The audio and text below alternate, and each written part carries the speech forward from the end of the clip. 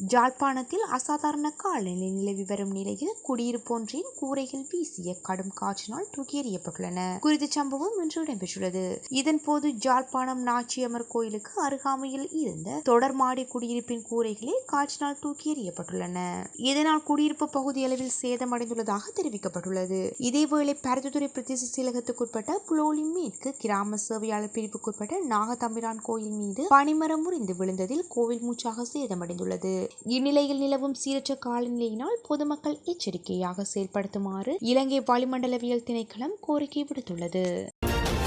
நடிகர் விஜய் தமிழக வெற்றிக் கழகம் என்ற புதிய கட்சியை தொடங்கியுள்ளதோடு கட்சி தொடங்கிய அறிவிப்பை கடந்த பிப்ரவரி மாதம் 2ஆம் தேதி அதிகாரப்பூர்வமாக அறிவித்திருந்தார். இருப்பினும் கட்சியின் கொடி சின்னம் அறிவிக்கப்படாத நிலையில் நாளைய தினம் தமிழக வெற்றிக் கழகத்தின் முக்கிய அடையாளம் என கொடியை அறிமுகம் செய்ய உள்ளதாக கட்சியின் உத்தியோகபூர்வ எக்ஸ் தளத்தில் குறிப்பிட்டுள்ளார். குறித்த பதிவில் தமிழ்நாட்டின் நலனுக்காக உழைத்து நம் மாநிலத்தின் அடையாளமாகவும் மாறப்போகும் நம் வீரக்கொடியை வெற்றி கொடியாக நாளை நம் தலைமை நிலைய செயலகத்தில் அறிமுகப்படுத்தி கழக கொடி பாடலை வெளியிட்டு கழக கொடியை ஏற்றி வைக்கின்றோம் என்பதை பெரும் மகிழ்வுடன் அறிவிக்கின்றேன் என்று அவர் குறிப்பிட்டுள்ளார்.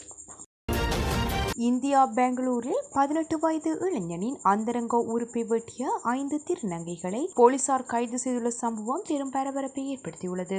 பெங்களூரில் உள்ள டிஜி ஹெல்லி பகுதியைச் சேர்ந்த 18 வயது இளைஞன் தேநீர் கடையில் வேலை செய்து வந்துள்ளார். இந்த நிலையில் கடைக்கு தேநீர் அருந்த வந்த சில திருநங்கைகளுடன் பழக்கம் ஏற்பட்டுள்ளது. இதனை அடுத்து அந்த இளைஞனிடம் அதிக வருமானம் ஈட்டுவதற்கான வேலை தங்களிடம் இருப்பதாக ஆசை வார்த்தை கூறிய நிலையில் இளைஞன் மறுப்பு தெரிவிக்க திருநங்கைகள் வலுக்கட்டாயமாக அவரை கடத்திச் சென்றுள்ளனர். தெருக்களில் பிச்சை எடுக்க வைத்துள்ளனர். இந்நிலையில் கடந்த மாதம் 12ஆம் தேதி இரவு திருநங்கைகள் குறித்த இளைஞன் வசிக்கும் இடத்துக்கு சென்று ஒரு ஆண் பிச்சைக்காரராக நீ ஒரு நாளைக்கு 2000 ரூபாய் சம்பாதித்துள்ளாய், பெண் பிச்சைக்காரராக இருந்தால் எவ்வளவு சம்பாதிக்க முடியும் என எண்ணிப்பார் என்று அவர் தெரிவித்துள்ளார். எனினும் இளைஞன் அதற்கு மறுப்பு தெரிவிக்கையே வலுக்கட்டாயமாக திருநங்கைகள் இளைஞனுக்கு சில ஊசிகளை செலுத்தியதால் இளைஞர் மயக்கம் அடைந்துள்ளார். மயக்கம் தெளிந்த பின்னர் அவரது அந்தரங்க பகுதி கத்தியால் வெட்டியுள்ளதை கண்டு அதிர்ச்சி அடைந்துள்ளார்.